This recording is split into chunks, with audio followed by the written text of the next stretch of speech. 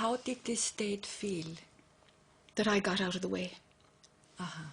That the farmer's daughter was in abeyance. Right. That there was an allowing, just an allowing of something to flow through. Of course, I thought there was something flowing through me that was separate to what I am. Of course, all that was playing. I knew nothing of that which was beyond mind at this point. Yes.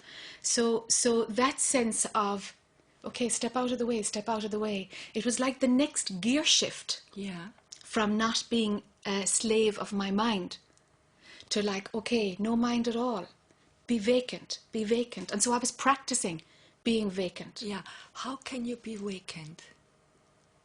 How can you be vacant? Yeah, how can you stop the mind? How does it feel to be vacant? You know, vacant? Yes. Sorry if I I'm right. wondering because, no, not at all, because I'm wondering, is it even a feeling? I'm trying to find being awake, because that was just practicing a state. Because the one who says be vacant, I guess, is the one who cannot be vacant. Correct. Yeah. It's just the dropping away of the eye or the seeing through of the eye. Yes. Isn't it? Yeah. So even all the practices of that is still a practice. The eye is practicing a state. Exactly. You see? Yeah. All it's doing is practicing a state that feels lovely because it's peaceful and there's no suffering button being pressed. Yes. Because there's a vacancy, but it's only a state. Yes. But it does something energetically. There are neurological pathways. There are habits of thinking that are not running at that time. Yeah. And then as a result, because they're not being used, well, the jungle regrows, doesn't it, on a path that is not being walked. Right. And so patterns of thinking started to fall away. Right. So meditation grew, and that space of observing. Not even observing something, but just observing, right back to observing. That state can be practiced. Yes. But that's what I would call the I am, or the, just a benign observer. Yes. Like the camera here, it's just watching. It doesn't mind what it's watching. It has no comment on what it's watching. Yes. And so that was being practiced while energy work was happening. Yes. But I suppose that, was part of the seeking, gaining momentum.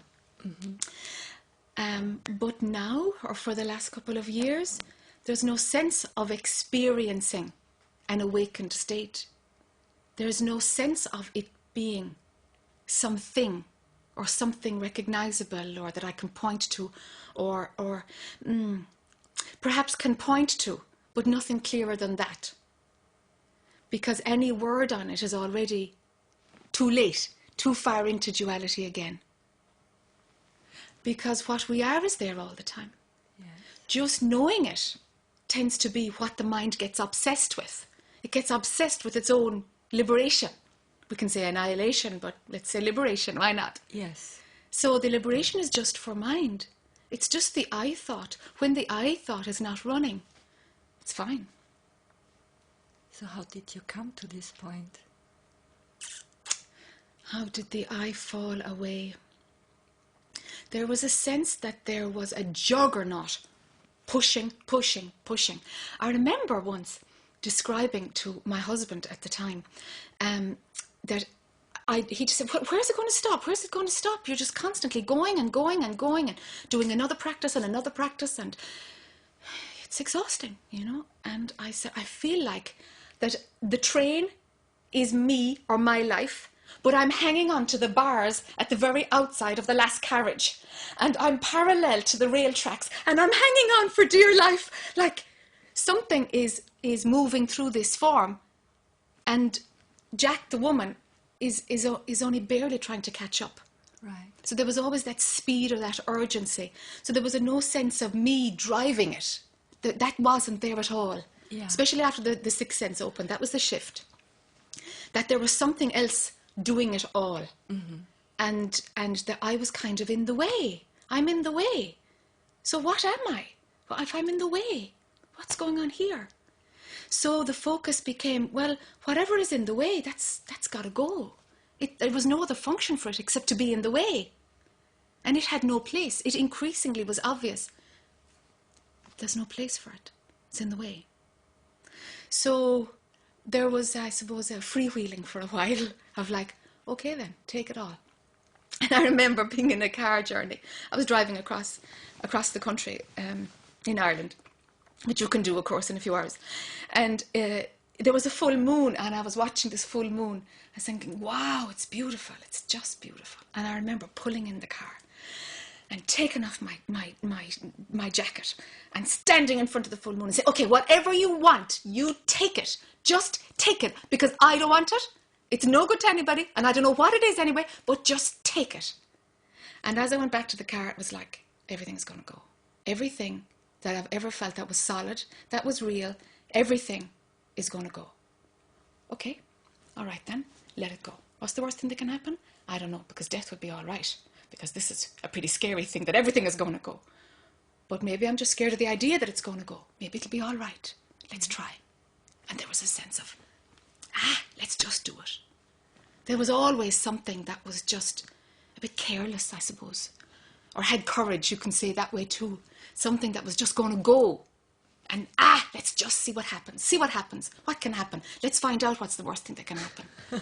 and that attitude was always there. So I jumped in. And it was like, just take everything. And I suppose that the falling away of the eye, there was a few big cruxes, few big points, but one of them being that the unveiling of existence itself being a concept. That everything that can exist only appears to exist because the concept of existence has brought it into a perceived reality. Right. So existence was wiped. It's not that items were wiped, because in spiritual practice we look at non-attachment and we look at desires, and we're going bit by bit, and it's like we're in the kitchen. There's soup and there's, whatever, stock cubes and there's peas, and it's like the whole lot got wiped. It wasn't subject by subject. Go for existence itself. See if existence itself is a myth. And that's what got pulled. So there was nothing that anything could stand on. So was it wiped because your identification stopped with it? How did it? I think there was no why. It's funny. If there was a trigger, gosh, wouldn't it be great that everybody could just...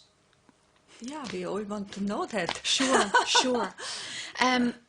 For sure, at that time, I can name that I was doing a ceremony. I did a lot of ayahuasca and Sancta Daime and shamanic stuff. Yes. And there was a Sancta Daime ceremony where that was seen. Now, when something is stimulated by a sacred medicine, now I'm not talking about recreational drugs, that's completely another realm altogether. Yeah.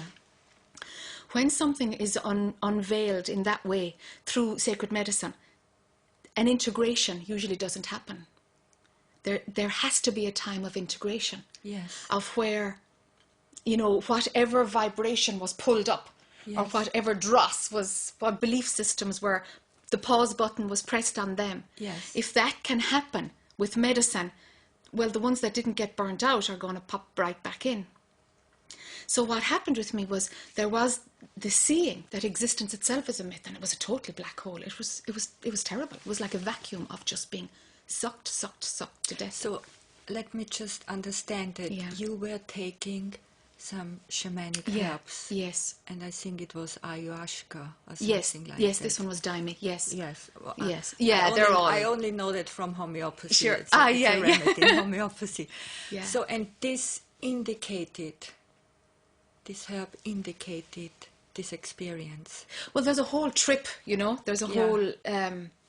A trip of the mind, I suppose. You put yourself into neutral and something is seen. But it's all mind. Of course it's all mind. Yes. And there was a knowing that it was all mind. Mm-hmm. But with existence itself going during that ceremony of being out of my tree, as you would say. Yes. During that ceremony, existence itself was gone. So then mind, the experience, the whole lot is gone. There was no context for anything after that. Right.